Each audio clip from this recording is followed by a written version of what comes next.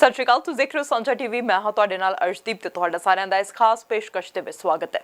ਪਿਛਲੇ ਦਿਨੀ ਫੈਡਰਲ ਚੋਣਾਂ ਹੋ ਕੇ ਹਟੀਆਂ ਨੇ ਤੇ ਉਹਨਾਂ ਚੋਣਾਂ ਦੇ ਵਿੱਚ ਇੱਕ ਵਾਰ ਫਿਰ ਤੋਂ ਕੈਨੇਡਾ ਦੇ ਵਿੱਚ ਘੱਟ ਗਿਣਤੀ ਸਰਕਾਰ ਬਣੀ ਹੈ। ਫੈਡਰਲ ਚੋਣਾਂ ਦੇ ਵਿੱਚ ਕਰਾਰੀ ਹਾਰ ਤੇ ਪਾਰਟੀ ਦੇ ਮਾੜੇ ਪ੍ਰਦਰਸ਼ਨ ਤੋਂ ਬਾਅਦ ਗ੍ਰੀਨ ਪਾਰਟੀ ਲੀਡਰ ਐਨਮੀ ਪੌਲ ਨੇ ਗ੍ਰੀਨ ਪਾਰਟੀ ਲੀਡਰ ਦੇ ਅਹੁਦੇ ਤੋਂ ਅਸਤੀਫਾ ਦੇ ਦਿੱਤਾ। ਇੱਕ ਹਫ਼ਤਾ ਪਹਿਲਾਂ ਹੋਈਆਂ ਚੋਣਾਂ ਦੇ ਵਿੱਚ ਗ੍ਰੀਨ ਪਾਰਟੀ ਨੂੰ ਮਿਲੇ ਸਮਰਥਨ ਵਿੱਚ ਵੱਡੇ ਪੱਧਰ ਤੇ ਗਿਰਾਵਟ ਦੇਖੀ ਗਈ, ਜਿਸ ਤੋਂ ਬਾਅਦ ਪੌਲ ਨੇ ਟੋਰਾਂਟੋ ਵਿੱਚ ਆਪਣੇ ਅਸਤੀਫੇ ਦਾ ਐਲਾਨ ਕਰ ਦਿੱਤਾ। ਇੱਕ ਸਾਲ ਤੋਂ ਘੱਟ ਸਮੇਂ ਦੇ ਅੰਦਰ ਹੀ ਹੁਣ ਇੱਕ ਵਾਰ ਫੇਰ ਗ੍ਰੀਨ ਪਾਰਟੀ ਵਿੱਚ ਨਵਾਂ ਲੀਡਰ ਚੁਣੇ ਜਾਣ ਦੀ ਪ੍ਰਕਿਰਿਆ ਸ਼ੁਰੂ ਹੋਵੇਗੀ। ਸਾਬਕਾ ਡਿਪਲੋਮੈਟ ਐਨਮੀ ਪੌਲ ਪਿਛਲੇ ਸਾਲ ਅਕਤੂਬਰ ਦੇ ਵਿੱਚ ਗ੍ਰੀਨ ਪਾਰਟੀ ਦੀ ਲੀਡਰ ਬਣੀ ਸੀ। ਕੈਨੇਡਾ ਦੀ ਕਿਸੇ ਫੈਡਰਲ ਪਾਰਟੀ ਦੀ ਲੀਡਰ ਬਣਨ ਵਾਲੀ ਉਹ ਪਹਿਲੀ ਬਲੈਕ ਔਰਤ ਸਨ ਤੇ ਹੁਣ ਉਹਨਾਂ ਨੇ ਅਸਤੀਫਾ ਦੇ ਦਿੱਤਾ। ਇੱਕ ਪ੍ਰੈਸ ਕਾਨਫਰੰਸ ਕੀਤੀ ਜਿਸ ਵਿੱਚ ਉਸਨੇ ਆਪਣਾ ਅਸਤੀਫਾ ਦਿੱਤਾ। The day of the election and the couple of days after the election, there were just a couple of things that happened that really caused me to think about what I wanted next. On the day of the election itself in the morning, the only email that I received from our council, from the president of our council, was an email calling for an emergency meeting to launch a leadership review. And then on Saturday night, only a few days after the election, there was an announcement sent to all of the members, including myself, that a leadership review had been launched. And when I received those two things, at the time that I received them, I just asked myself whether this is something that I wanted to continue, whether I was willing to continue to put up with the attacks I knew would be coming, whether to continue to have to fight and struggle just to fulfill my democratically elected role as leader of this party. And I just don't have the heart for it. The election was very difficult for those who have been following. They will know that, and it doesn't take a rocket scientist to know that when you head into an election without funding for your campaign, when you head into an election without the staff to staff your campaign, when you head into an election without a national campaign manager, when you head into an election being again under the threat of a court process from your party, it's going to be very hard to convince people to vote for your party. And so there are those who will ask, why did I choose to go ahead in any case? And I can tell you that it was a tremendous struggle to decide to continue. I knew that we were likely not going to do well, and I knew that as the leader, even without those tools that I needed, the first person that the public would look at would be me. But I chose to continue because of some of the people that are standing here today. The extraordinary members of the Green Party who didn't do anything to deserve this and deserve to have the opportunity for a good election. The candidates, the candidates and the volunteers again who deserve to have a leader going into the election and deserve to at least have an opportunity to be represented. Many of those candidates were candidates that I had recruited through the Time to Run program. It was the most diverse slate of candidates that we had, even though it wasn't a full slate. And so I felt that responsibility. I also felt a responsibility, to show that someone like me could get as far as I could, and that I could draw on wells of strength, much of it coming from, again, the people who are here today and others, to at least get across that finish line. Because when I talked in the debate about that crawling over that glass, what people need to realize is that when I was elected and put in this role, I was breaking a glass ceiling. What I didn't realize at the time is that I was breaking a glass ceiling that was going to fall on my head and leave a lot of shards of glass that I was going to have to crawl over, throughout my time as a leader. And when I arrived at that debate stage, I had crawled over that glass, I was spitting up blood, but I was determined to be there. I was determined to be there so that the next time someone like me thinks of running and wonders whether it's possible to be on that stage, they will know that it is possible to do that. And so those are the reasons that I continued. Those are the reasons that I don't have any regrets about having gone through the election. But I do have to recognize that it is quite clear to me that I am not going to have the opportunity to lead. I have not been given that opportunity, and I will not be given that opportunity. I just will not spend any more time focused on political games as opposed to public policy, which is what I entered politics for in the first place, particularly at a time when it is so needed. We have a climate crisis that we have got to address collectively. We have people who are counting on us to ensure that we have more progressive policies that leave them better protected. And none of those things can be accomplished if the focus is solely on these kind of internal political issues. ਪੌਲ ਨੇ ਭਾਵੇਂ ਆਪਣੇ ਕਾਰਜਕਾਲ ਦੇ ਦੌਰਾਨ green party ਨੂੰ ਹੋਰ ਵੀ ਵਧੇਰੇ one ਸੁਵੰਨਤਾ ਵਾਲੀ ਪਾਰਟੀ ਬਣਾਉਣ ਦੀ ਕੋਸ਼ਿਸ਼ ਕੀਤੀ, ਪਰ ਉਹਨਾਂ ਦੀ ਲੀਡਰਸ਼ਿਪ ਦੇ ਦੌਰਾਨ ਪਾਰਟੀ ਅੰਦਰੂਨੀ ਵਿਵਾਦਾਂ ਤੇ ਖਾਨਾ ਜੰਗੀ ਵਿੱਚ ਵੀ ਘਿਰੀ ਰਹੀ। ਪੌਲ ਨੂੰ ਜਦੋਂ ਈਮੇਲ ਰਾਹੀਂ ਲੀਡਰਸ਼ਿਪ ਮੁਲਾਂਕਣ ਬਾਰੇ ਜਾਣਕਾਰੀ ਦਿੱਤੀ ਗਈ ਤਾਂ ਉਹਨਾਂ ਐਲਾਨ ਕੀਤਾ ਕਿ ਚੋਣਾਂ ਤੋਂ ਬਾਅਦ ਪਾਰਟੀ ਦੀ ਅਗਵਾਈ ਕਰਨ ਦਾ ਉਹਨਾਂ ਕੋਲ ਕੋਈ ਮੌਕਾ ਨਹੀਂ ਹੋਵੇਗਾ। ਅਸਤੀਫਾ ਦੇਣ ਸੰਬੰਧੀ ਪੌਲ ਨੇ ਆਖਿਆ ਕਿ ਇਹ ਉਹਨਾਂ ਦੀ ਜ਼ਿੰਦਗੀ ਦਾ ਸਭ ਤੋਂ ਮਾੜਾ ਸਮਾਂ ਹੈ। ਪੌਲ ਨੇ ਆਖਿਆ ਕਿ ਉਹਨਾਂ ਨੇ ਜੋ ਕੁਝ ਵੀ ਕੀਤਾ ਉਸ ਦਾ ਉਹਨਾਂ ਨੂੰ ਕੋਈ ਪਛਤਾਵਾ ਨਹੀਂ।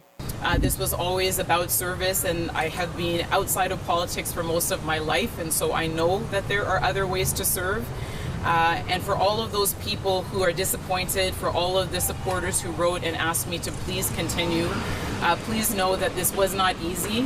It has been extremely painful. It has been the worst period in my life in many respects, but I am not alone and you are not alone. We need to see the quest towards equity and justice as a relay race as opposed to a one-person race. And so someone like me, we take the baton and we take it as far as we can. And when our strength fails us, what we are counting on is that there is someone else who can take that baton from us and move us a little bit further down the line so that we can ultimately cross that finish line. And I promise you that we will cross that finish line. Green party ਬਹੁਤ ਬੁਰੀ ਤਰ੍ਹਾਂ ਪਿੱਛੇ ਰਹੀ। Leader enemy ਪੌਲ ਆਪਣੀ Toronto centre ਦੀ riding ਵਿੱਚ ਚੌਥੇ ਸਥਾਨ ਤੇ ਰਹੇ। ਐਨਮੀ ਪੌਲ ਪਹਿਲਾਂ ਬਾਈ ਇਲੈਕਸ਼ਨ ਦੇ ਵਿੱਚ ਵੀ ਹਾਰ ਚੁੱਕੇ ਤੇ ਲੀਡਰ ਬਣਨ ਤੋਂ ਬਾਅਦ ਦੂਜੀ ਵਾਰ ਚੋਣਾਂ ਦਾ ਸਾਹਮਣਾ ਕੀਤਾ ਤੇ ਦੂਜੀ ਵਾਰ ਚੌਥੇ ਸਥਾਨ ਤੇ ਰਹਿਣਾ ਇੱਕ ਬੜੀ ਵੱਡੀ ਗੱਲ ਹੈ। ਐਨਮੀ ਪੌਲ ਨੇ ਆਪਣੀ ਹਾਰ ਤੇ ਨਿਰਾਸ਼ਾ ਦਾ ਇਜ਼ਹਾਰ ਤਾਂ ਜ਼ਰੂਰ ਕੀਤਾ, ਪਰ ਨਾਲ ਹੀ ਕਿਹਾ ਕਿ ਉਹਨਾਂ ਨੂੰ ਕੋਸ਼ਿਸ਼ ਕੀਤੇ ਜਾਣ ਉੱਤੇ ਪੂਰਾ ਮਾਣ ਹੈ। And I want to, I just spoke with Marcy Ian before coming down here. I wanted to sincerely congratulate her. I hope that, and I'm sure that the people of Toronto Centre will make sure that she provides them with good representation. Congratulated her on her race here in Toronto Centre. Clearly I am, well not clearly, but I will tell you that certainly I am disappointed. It is hard to lose, no one likes to lose, but I'm so proud of the effort, the creativity, the innovation that our team brought to this race. We promised to offer real representation, we promised to offer a real choice to the people of Toronto Centre who have so much need, so much work that needs to get done, and you did that, and I thank you for that. 2019 ਦੀਆਂ federal ਚੋਣਾਂ green party ਲਈ ਸਭ ਤੋਂ ਵੱਧ ਕਾਰਗਰ ਸਾਬਤ ਹੋਈਆਂ ਸਨ ਅਤੇ ਸਾਬਕਾ ਗ੍ਰੀਨ ਲੀਡਰ ਐਲਿਜ਼ਾਬੈਥ ਮੇ ਦੇ ਲੀਡਰ ਦਾ ਅਹੁਦਾ ਤਿਆਗਣ ਤੋਂ ਬਾਅਦ ਪਾਰਟੀ ਨੇ ਵਧੇਰੇ ਵੰਨ ਸੁਵੰਨਤਾ ਦੀ ਤਰਜਮਾਨੀ ਕਰਦੇ ਚਿਹਰੇ ਤਲਾਸ਼ ਕਰਨੇ ਸ਼ੁਰੂ ਕੀਤੇ ਸਨ। ਕਲਾਈਮੇਟ ਚੇਂਜ ਦੇ ਮਾਮਲੇ ਵਿੱਚ ਠੋਸ ਕਦਮ ਉਠਾਉਣ ਤੇ ਨਸਲੀ ਵਿਤਕਰੇ ਦੇ ਖਾਤਮੇ ਲਈ ਯਤਨਸ਼ੀਲ ਹੋਣ ਦੇ ਵਾਅਦੇ ਨੇ ਐਨਮੀ ਪੌਲ ਦਾ ਨਾਂ ਗ੍ਰੀਨ ਲੀਡਰਸ਼ਿਪ ਉਮੀਦਵਾਰਾਂ ਦੀ ਸੂਚੀ ਵਿੱਚ ਪਹਿਲੇ ਨੰਬਰ ਤੇ ਲਿਆ ਦਿੱਤਾ ਸੀ। ਸੋਨਿਚ ਗਲਫ ਆਈਲੈਂਡ ਐਮਪੀ ਐਲਿਜ਼ਾਬੈਥ ਮੇ, ਜਿਸਨੇ ਪਾਰਟੀ ਦੀ ਆਗੂ ਵਜੋਂ 2006 ਤੋਂ 2019 ਤੱਕ ਕੰਮ ਕੀਤਾ, 20 ਸਤੰਬਰ ਨੂੰ ਮੁੜ ਚੁਣੇ ਗਏ ਸਨ। ਕਿਚਨਰ ਸੈਂਟਰ ਤੋਂ ਪਾਰਟੀ ਵਿੱਚ ਆਏ ਨਵੇਂ ਚਿਹਰੇ ਮਾਈਕ ਮੋਰਿਸ ਨੂੰ ਵੀ ਜਿੱਤ ਹਾਸਿਲ ਹੋਈ। ਐਨਮੀ ਪੌਲ ਨਨਾਇਮੋਲ ਲੇਡੀ ਸਮਿਥ ਹਲਕੇ ਤੋਂ ਹਾਰੀ।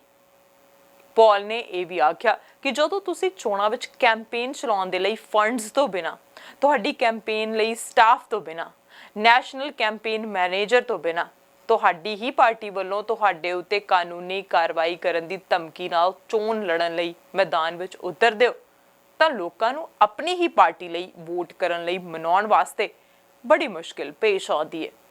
ਪੌਲ ਨੇ ਗ੍ਰੀਨ ਪਾਰਟੀ ਦੀ ਆਗੂ ਵਜੋਂ ਪਿਛਲੇ ਸਾਲ ਅਕਤੂਬਰ ਦੇ ਵਿੱਚ ਵਾਗਡੋਰ ਸਾਂਭੀ ਸੀ। ਅਜੇ ਤੱਕ ਇਹ ਪਤਾ ਨਹੀਂ ਲੱਗ ਸਕਿਆ ਕਿ ਹੁਣ ਉਸ ਦੀ ਥਾਂ ਕੌਣ ਲਵੇਗਾ। ਗ੍ਰੀਨ ਲੀਡਰ ਐਨਮੀ ਪੌਲ ਪਾਰਟੀ ਨਾਲ ਚੱਲ ਰਹੇ ਵਿਵਾਦ ਦੇ ਅਦਾਲਤ ਵਿੱਚ ਪਹੁੰਚਣ ਤੇ ਫਿਕਰਮੰਦ ਨਹੀਂ, ਪਰ ਅੰਦਰੂਨੀ ਖਾਨਾ ਜੰਗੀ ਤੇ ਇਜ਼ਰਾਈਲ ਫਿਲਸਤੀਨ ਮਾਮਲੇ ਤੇ ਪਾਰਟੀ ਦਾ ਸਟੈਂਡ ਪੌਲ ਲਈ ਵਿਰੋਧ ਤੇ ਵਿਵਾਦਾਂ ਦਾ ਕਾਰਨ ਬਣਿਆ। ਮਈ ਮਹੀਨੇ ਵਿੱਚ ਮੱਧ ਏਸ਼ੀਆਈ ਸੰਕਟ ਬਾਬਤ ਐਨਮੀ ਪੌਲ, ਜੋ ਕਿ ਖੁਦ ਯਹੂਦੀ ਹਨ, ਨੇ ਕਿਹਾ ਸੀ ਕਿ ਦੇਸ਼ਾਂ ਦੇ ਵਿਚਕਾਰ ਜੰਗਬੰਦੀ ਹੋਣੀ ਚਾਹੀਦੀ ਹੈ ਤੇ ਗੱਲਬਾਤ ਮੁੜ ਸ਼ੁਰੂ ਕੀਤੀ ਜਾਣੀ ਚਾਹੀਦੀ ਹੈ। ਉਹਨਾਂ ਦੇ ਇਸ ਸਟੈਂਡ ਨੂੰ ਪਾਰਟੀ ਦੇ ਹੀ ਕੁਝ ਮੈਂਬਰਾਂ ਨੇ ਇਜ਼ਰਾਈਲ ਵਿਰੋਧੀ ਗਰਦਾਨਿਆ ਸੀ। ਗ੍ਰੀਨ ਪਾਰਟੀ ਦੀ ਸਾਬਕਾ ਐਮਪੀ ਜੈਨਿਕਾ ਐਟਵਿਨ ਵੀ ਉਹਨਾਂ ਵਿੱਚੋਂ ਹੀ ਸਨ। ਐਟਵਿਨ ਬਾਅਦ ਵਿੱਚ ਲਿਬਰਲ ਪਾਰਟੀ ਵਿੱਚ ਸ਼ਾਮਿਲ ਹੋ ਗਏ ਸਨ। 2019 ਦੀਆਂ ਫੈਡਰਲ ਚੋਣਾਂ ਵਿੱਚ ਗ੍ਰੀਨ ਪਾਰਟੀ ਨੂੰ 1.1 ਮਿਲੀਅਨ ਵੋਟਾਂ ਪਈਆਂ ਸੀ, ਯਾਨੀ ਕਿ ਪਾਰਟੀ ਦਾ ਨੈਸ਼ਨਲ ਵੋਟ ਸ਼ੇਅਰ 6.5% ਰਿਹਾ ਸੀ। ਪਰ ਪੌਲ ਦੀ ਲੀਡਰਸ਼ਿਪ ਦੇ ਅਧੀਨ ਤਾਜ਼ਾ ਫੈਡਰਲ ਚੋਣਾਂ ਵਿੱਚ ਗ੍ਰੀਨ ਪਾਰਟੀ ਨੂੰ 4 ਲੱਖ ਤੋਂ ਵੀ ਘੱਟ ਵੋਟਾਂ ਪਈਆਂ ਤੇ ਵੋਟ ਸ਼ੇਅਰ ਵੀ 2.3% ਰਹਿ ਗਿਆ। ਇਹਨਾਂ ਚੋਣਾਂ ਵਿੱਚ ਗ੍ਰੀਨ ਪਾਰਟੀ ਦੇ ਹਿੱਸੇ 2 ਹੀ ਸੀਟਾਂ ਆਈਆਂ। ਟੋਰਾਂਟੋ ਸੈਂਟਰ ਵਾਲੀ ਰਾਈਡਿੰਗ ਤੋਂ ਪੌਲ ਚੌਥੇ ਨੰਬਰ ਤੇ ਆਏ ਸਨ ਤੇ ਇਸ ਥਾਂ ਤੋਂ ਉਹਨਾਂ ਨੇ ਤੀਸਰੀ ਵਾਰ ਚੋਣਾਂ ਲੜੀਆਂ ਸਨ। ਇਹਨਾਂ ਚੋਣਾਂ ਵਿੱਚ ਪਾਰਟੀ ਦੇ 2 ਉਮੀਦਵਾਰ ਜੇਤੂ ਰਹੇ। ਪਹਿਲੀ ਵਾਰ ਪਾਰਟੀ ਨੂੰ ਓਨਟਾਰੀਓ ਤੋਂ ਸੀਟ ਹਾਸਿਲ ਹੋਈ ਤੇ ਪਿਛਲੀਆਂ ਚੋਣਾਂ ਵਿੱਚ ਪਾਰਟੀ ਨੂੰ 6.55% ਪਪੂਲਰ ਵੋਟ ਪਈ ਸੀ, ਜੋ ਕਿ ਇਸ ਵਾਰ ਅੱਧੀ ਤੋਂ ਵੀ ਵੱਧ ਘਟ ਕੇ 2.3% ਤੇ ਆ ਗਈ। ਚੋਣਾਂ ਤੋਂ ਕੁਝ ਸਮਾਂ ਪਹਿਲਾਂ ਵੀ ਪੌਲ ਨੂੰ ਇਸ ਅਹੁਦੇ ਤੋਂ ਲਾਹੇ ਜਾਣ ਦੀ ਮੰਗ ਉੱਠੀ ਸੀ ਅਤੇ ਚੋਣਾਂ ਤੋਂ ਬਾਅਦ ਤਾਂ ਆਪਣੇ ਆਪ ਹੀ ਪੌਲ ਦੀ ਅਗਵਾਈ ਦਾ ਰਿਵਿਊ ਹੋਣਾ ਸੀ। ਤੇ ਫੈਡਰਲ ਪਾਰਟੀ ਲੀਡਰਾਂ ਨੂੰ ਚੋਣ ਨਤੀਜਿਆਂ ਤੋਂ ਬਾਅਦ ਲੀਡਰਸ਼ਿਪ ਸੰਬੰਧੀ ਸਵਾਲ ਤਾਂ ਹੋਣੇ ਹੀ ਸਨ। ਕੰਜ਼ਰਵੇਟਿਵ ਲੀਡਰ ਐਰਨ ਓਟੂਲ ਨੇ ਚੋਣ ਨਤੀਜਿਆਂ ਤੇ ਦੇਸ਼ ਨੂੰ ਸੰਬੋਧਨ ਕੀਤਾ। ਉਹਨਾਂ ਨੇ ਕਿਹਾ ਕਿ ਕੁਝ ਮੈਂਬਰਾਂ ਦੀ ਸ਼ਮੂਲੀਅਤ ਤੇ ਜਿੱਥੇ ਉਹ ਉਤਸ਼ਾਹਿਤ ਹਨ, ਉੱਥੇ ਹੀ ਕੁਝ ਮੈਂਬਰਾਂ ਦੀ ਹਾਰ ਨੇ ਉਹਨਾਂ ਨੂੰ ਨਿਰਾਸ਼ ਕੀਤਾ। ਹਾਲਾਂਕਿ ਇਸ ਮੌਕੇ ਉਹਨਾਂ ਇਹ ਵੀ ਆਖਿਆ ਕਿ 30 ਸੀਟਾਂ ਤੇ ਹਾਰਨ ਵਾਲੇ ਕੰਜ਼ਰਵੇਟਿਵ ਉਮੀਦਵਾਰ 2000 ਵੋਟਾਂ ਦੇ ਫਰਕ ਦੇ ਵਿਚਾਲੇ ਹਾਰੇ ਨੇ। ਉਹਨਾਂ ਆਪਣੀ ਲੀਡਰਸ਼ਿਪ ਹੇਠ ਪਾਰਟੀ ਦੇ ਪ੍ਰਦਰਸ਼ਨ ਦਾ ਬਚਾਅ ਕੀਤਾ। ਉਹਨਾਂ ਕਿਹਾ ਕਿ ਉਹ ਕੈਨੇਡੀਅਨ ਲੋਕਾਂ ਦਾ ਭਰੋਸਾ ਹਾਸਲ ਕਰਨ ਲਈ ਇੱਕ ਰਿਵਿਊ ਲਾਂਚ ਕਰਨ ਜਾ ਰਹੇ ਹਨ। ਇਸ ਦੌਰਾਨ ਕੈਂਪੇਨ ਦੇ ਵੱਖੋ-ਵੱਖਰੇ ਮਸਲਿਆਂ ਤੇ ਰਿਵਿਊ ਹੋਵੇਗਾ। ਕੰਜ਼ਰਵੇਟਿਵ ਪਾਰਟੀ ਦੀ ਨੈਸ਼ਨਲ ਕੌਂਸਲ ਦੇ ਇੱਕ ਮੈਂਬਰ ਦਾ ਕਹਿਣਾ ਹੈ ਕਿ ਐਰਨ ਓਟੂਲ ਦੇ ਨੇਤਰਤਵ ਦਾ ਰਿਵਿਊ ਕੀਤਾ ਜਾਣਾ ਚਾਹੀਦਾ। ਵਰਲਡ ਚੇਨ ਨੇ ਇੱਕ ਆਨਲਾਈਨ ਪਟੀਸ਼ਨ ਸ਼ੁਰੂ ਕੀਤੀ, ਜਿਸ ਵਿੱਚ ਉਹ ਕੌਂਸਲ ਮੈਂਬਰਾਂ ਨੂੰ 2023 ਤੋਂ ਪਹਿਲਾਂ ਓਟੂਲ ਦੀ ਲੀਡਰਸ਼ਿਪ ਤੇ ਰੈਫਰੈਂਡਮ ਕਰਵਾਉਣ ਦੀ ਮੰਗ ਕਰ ਰਹੇ ਹਨ। ਉਹਨਾਂ ਨੇ ਕਿਹਾ ਕਿ ਓਟੂਲ ਨੇ ਪਾਰਟੀ ਨੂੰ ਜਿਹੜੀ ਦਿਸ਼ਾ ਦਿੱਤੀ ਹੈ, ਉਸ ਤੋਂ ਕੰਜ਼ਰਵੇਟਿਵ ਪਾਰਟੀ ਨਾਲ ਜੁੜੇ ਕਈ ਮੈਂਬਰ ਖੁਸ਼ ਨਹੀਂ ਹਨ। ਓਟੂਲ ਨੇ ਆਪਣੀ ਲੀਡਰਸ਼ਿਪ ਦੀ ਮੁਹਿੰਮ ਤਾਂ ਆਪਣੇ ਆਪ ਨੂੰ ਕੰਜ਼ਰਵੇਟਿਵ ਦੱਸ ਕੇ ਹੀ ਚਲਾਈ, ਪਰ ਬਾਅਦ ਵਿੱਚ ਉਹਨਾਂ ਨੇ ਕਾਰਬਨ ਪ੍ਰਾਈਸ ਤੋਂ ਲੈ ਕੇ ਡਾਕਟਰਸ ਦੇ ਹੱਕਾਂ ਵਰਗੇ ਕਈ ਮੁੱਦਿਆਂ ਤੇ ਆਪਣਾ ਸਟੈਂਡ ਬਦਲ ਲਿਆ।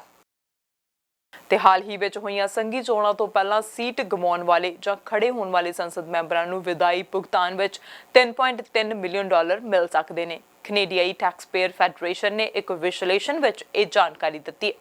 ਕੋਈ ਕੈਬਨਿਟ ਮੰਤਰੀ ਜਾਂ ਕਿਸੇ ਕਮੇਟੀ ਦੀ ਪ੍ਰਧਾਨਗੀ ਕਰਨ ਵਾਲਾ ਵਿਅਕਤੀ ਜੋ ਸੰਸਦ ਚੋਣਾਂ ਵਿੱਚ ਹਾਰ ਗਏ ਤੇ ਜਾਂ ਫਿਰ ਜਿਨ੍ਹਾਂ ਨੇ ਦੁਬਾਰਾ ਚੋਣ ਨਾ ਲੜਨ ਦਾ ਫੈਸਲਾ ਕੀਤਾ, ਉਹ ਆਪਣੀ ਅੱਧੀ ਤਨਖਾਹ $92,900 ਜਾਂ ਇਸ ਤੋਂ ਵੱਧ ਦੀ ਵੰਡ ਦੇ ਚੈੱਕ ਲੈਣ ਦੇ ਲਈ ਯੋਗ ਹਨ।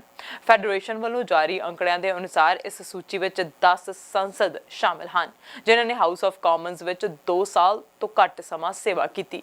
ਇਹਨਾਂ ਵਿੱਚੋਂ ਜੇਮਸ ਕਮਿੰਗਸ, ਜਿਨ੍ਹਾਂ ਨੂੰ 2019 ਵਿੱਚ ਐਡਮਿੰਟਨ ਸੈਂਟਰ ਦੇ ਲਈ ਕੰਜ਼ਰਵੇਟਿਵ ਸਾਂਸਦ ਦੇ ਰੂਪ ਵਿੱਚ ਚੁਣਿਆ ਗਿਆ ਸੀ, ਜੋ ਇਸ ਵਾਰ ਲਿਬਰਲ ਰੈਂਡੀ ਤੋਂ ਹਾਰ ਗਏ ਸਨ। ਲੂਇਸ ਚਾਰਬੋਨੀਓ ਨੂੰ 2019 ਵਿੱਚ ਬਲਾਕ ਕਿਊਬੈਕਵਾ ਦੀ ਲਈ ਟਰੋਇਸ ਰਿਵੇਰੇਸ ਦੇ ਲਈ ਸਾਂਸਦ ਚੁਣਿਆ ਗਿਆ ਸੀ ਤੇ ਉਹਨਾਂ ਨੇ ਘੋਸ਼ਣਾ ਕੀਤੀ ਸੀ ਕਿ ਉਹ ਇਸ ਸਾਲ ਦੀ ਸ਼ੁਰੂਆਤ ਦੇ ਵਿੱਚ 2021 ਵਿੱਚ ਚੋਣ ਨਹੀਂ ਲੜਨਗੇ। ਪੌਲ ਮੈਨਲੀ, ਜੋ ਨਨਾਇਮੋ ਲੇਡੀ ਸਮਿਥ ਦੇ ਲਈ ਗ੍ਰੀਨ ਸਾਂਸਦ ਦੇ ਰੂਪ ਵਿੱਚ ਆਪਣੀ ਸੀਟ ਹਾਰ ਗਏ ਨੇ ਇੱਕ ਸਾਂਸਦ ਦੇ ਰੂਪ ਵਿੱਚ ਸਿਰਫ 2 ਸਾਲ ਤੋਂ ਵੱਧ ਸਮਾਂ ਸੇਵਾ ਕੀਤੀ ਸੀ। ਇੱਕ ਪਾਸੇ ਗ੍ਰੀਨ ਪਾਰਟੀ ਦੇ ਲੀਡਰ ਨੇ ਅਸਤੀਫਾ ਦੇ ਦਿੱਤਾ ਤਾਂ ਦੂਜੇ ਪਾਸੇ ਲਿਬਰਲ ਲੀਡਰ ਜਸਟਿਨ ਟਰੂਡੋ ਨੇ ਆਖਿਆ ਕਿ ਉਹ ਆਪਣੇ ਨਵੇਂ ਮੰਤਰੀ ਮੰਡਲ ਦਾ ਐਲਾਨ ਕਰਨਗੇ। ਪ੍ਰਧਾਨ ਮੰਤਰੀ ਜਸਟਿਨ ਟਰੂਡੋ ਨੇ ਆਖਿਆ ਕਿ ਉਹ ਆਪਣੇ ਨਵੇਂ ਮੰਤਰੀ ਮੰਡਲ ਦਾ ਐਲਾਨ ਅਕਤੂਬਰ ਦੇ ਵਿੱਚ ਕਰਨਗੇ। ਉਹਨਾਂ ਆਖਿਆ ਕਿ ਇਸ ਸਾਲ ਦੇ ਅੰਤ ਤੋਂ ਪਹਿਲਾਂ ਉਹ ਪਾਰਲੀਮੈਂਟ ਦੀ ਕਾਰਵਾਈ ਸ਼ੁਰੂ ਕਰਵਾਉਣਗੇ। ਇਸ ਤੋਂ ਇਲਾਵਾ ਟਰੂਡੋ ਨੇ ਜਲਦ ਤੋਂ ਜਲਦ ਫੈਡਰਲ ਵੈਕਸੀਨ ਟੀਚਾ ਪੂਰਾ ਕਰਨ ਦਾ ਵੀ ਵਾਅਦਾ ਕੀਤਾ। 20 ਸਤੰਬਰ ਨੂੰ ਹੋਈਆਂ ਚੋਣਾਂ ਤੋਂ ਬਾਅਦ ਆਪਣੀ ਪਹਿਲੀ ਮੁੱਖ ਪ੍ਰੈਸ ਕਾਨਫਰੰਸ ਨੂੰ ਸੰਬੋਧਨ ਕਰਦਿਆਂ ਟਰੂਡੋ ਨੇ ਆਖਿਆ ਕਿ ਕੈਨੇਡੀਅਨਜ਼ ਨੇ ਇੱਕ ਵਾਰ ਫਿਰ ਲਿਬਰਲਸ ਦੇ ਵਿੱਚ ਭਰੋਸਾ ਪ੍ਰਗਟ ਕੀਤਾ, ਜਿਸ ਦਾ ਉਹ ਸ਼ੁਕਰੀਆ ਅਦਾ ਕਰਦੇ ਨੇ। ਟਰੂਡੋ ਨੇ ਗਵਰਨਰ ਜਨਰਲ ਮੇਰੀ ਮੇ ਸਾਈਮਨ ਕੋਲ ਅਗਲੀ ਸਰਕਾਰ ਬਣਾਉਣ ਦਾ ਇਰਾਦਾ ਪ੍ਰਗਟਾਉਣ ਦੀ ਪੁਸ਼ਟੀ ਵੀ ਕੀਤੀ ਹੈ। ਟਰੂਡੋ ਨੇ ਕ੍ਰਿਸਟੀਆ ਫਰੀਲੈਂਡ ਨੂੰ ਇੱਕ ਵਾਰ ਫਿਰ ਡਿਪਟੀ ਪ੍ਰਧਾਨ ਮੰਤਰੀ ਤੇ ਵਿੱਤ ਮੰਤਰੀ ਵਜੋਂ ਕੰਮਕਾਜ ਜਾਰੀ ਰੱਖਣ ਦੀ ਪੇਸ਼ਕਸ਼ ਕੀਤੀ ਸੀ, ਜਿਸ ਨੂੰ ਉਹਨਾਂ ਨੇ ਸਵੀਕਾਰ ਕਰ ਲਿਆ। ਪ੍ਰਧਾਨ ਮੰਤਰੀ ਨੇ ਆਖਿਆ ਕਿ ਆਉਣ ਵਾਲੇ ਦਿਨਾਂ ਵਿੱਚ ਉਹ ਆਪਣੇ ਬਾਕੀ ਮੰਤਰੀਆਂ ਦੇ ਰੋਸਟਰ ਨੂੰ ਵੀ ਸਾਹਮਣੇ ਲੈ ਕੇ ਆਉਣਗੇ। ਉਹਨਾਂ ਇਹ ਵੀ ਆਖਿਆ ਕਿ ਚੋਣਾਂ ਤੋਂ ਬਾਅਦ ਵੀ ਉਹ ਪਾਰਲੀਮੈਂਟ ਵਿੱਚ ਲਿੰਗਕ ਸੰਤੁਲਨ ਜਾਰੀ ਰੱਖਣਗੇ।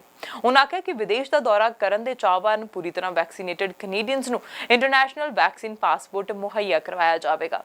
ਇਸ ਤੋਂ ਇਲਾਵਾ ਉਹਨਾਂ ਆਖਿਆ ਕਿ ਹੈਲਥ ਕੇਅਰ ਵਰਕਰਸ ਨੂੰ ਤੰਗ ਪਰੇਸ਼ਾਨ ਕਰਨ ਵਾਲਿਆਂ ਉੱਤੇ ਮੁਰਜਮਾਨਾ ਪਾਬੰਦੀਆਂ ਲਗਾਈਆਂ ਜਾਣ ਬਾਰੇ ਵੀ ਵਿਚਾਰ ਕੀਤਾ ਜਾ ਰਿਹਾ ਹੈ। ਟਰੂਡੋ ਨੇ ਐਲਾਨ ਕੀਤਾ ਕਿ ਉਹਨਾਂ ਦੀ ਨਵੀਂ ਕੈਬਨਿਟ ਅਕਤੂਬਰ ਮਹੀਨੇ ਦੇ ਹੀ ਕਿਸੇ ਤਾਰੀਖ ਤੇ ਰਸਮੀ ਸਹੁੰ ਚੁੱਕੇਗੀ। ਟਰੂਡੋ ਨੇ ਫਾਲ ਸੀਜ਼ਨ ਯਾਨੀ ਕਿ ਸਤੰਬਰ ਤੋਂ ਨਵੰਬਰ ਦੇ ਅੰਤ ਤੋਂ ਪਹਿਲਾਂ ਪਾਰਲੀਮੈਂਟ ਦਾ ਸੈਸ਼ਨ ਸ਼ੁਰੂ ਹੋਣ ਦੀ ਗੱਲ ਵੀ ਆਖੀ ਹੈ। I have asked Chrystia Freeland to continue serving as Deputy Prime Minister and our Minister of Finance, and she has accepted. I am very pleased to be able to continue to rely on Chrystia as we do the big things that Canadians have tasked their politicians and their government to do in the coming years. I look forward to getting into it with her and with the other members of Cabinet who I'll be asking to join over the coming weeks. We will be swearing in Cabinet in the month of October, and we will be bringing back the House of Commons before the end of fall. The exact dates still to be worked out, but we are busy getting into the business of delivering on an ambitious agenda that Canadians laid out. ਤੇ ਹੁਣ ਕਿਸ MP ਨੂੰ ministry ਮਿਲਦੀ ਹੈ, ਕਿਹਦੇ ਅਹੁਦੇ ਬਦਲੇ ਜਾਂਦੇ ਨੇ ਤੇ ਕਿਹੜੇ ਅਹੁਦੇ ਉੱਤੇ ਹੀ ਰਹਿੰਦੇ ਨੇ, ਪਹਿਲਾਂ ਵਾਲੇ ਅਹੁਦੇ ਤੇ ਰਹਿੰਦੇ ਨੇ, ਇਹ ਤਾਂ ਥਰੋਨ ਸਪੀਚ ਤੇ ਓਥ ਸੈਰੇਮਨੀ ਸਮੇਂ ਪਤਾ ਲੱਗੇਗਾ ਤੇ ਅਸੀਂ ਤੁਹਾਡੇ ਤੱਕ ਇਹ ਜਾਣਕਾਰੀ ਲੈ ਕੇ ਫਿਰ ਪਰਤਾਂਗੇ। ਤੁਸੀਂ ਦੇਖਦੇ ਰਹੋ ਸਾਂਝਾ ਟੀਵੀ ਤੇ ਮੈਨੂੰ ਅਰਸ਼ਦੀਪ ਨੂੰ ਦਿਓ ਇਜਾਜ਼ਤ। ਸਤਿ ਸ਼੍ਰੀ ਅਕਾਲ।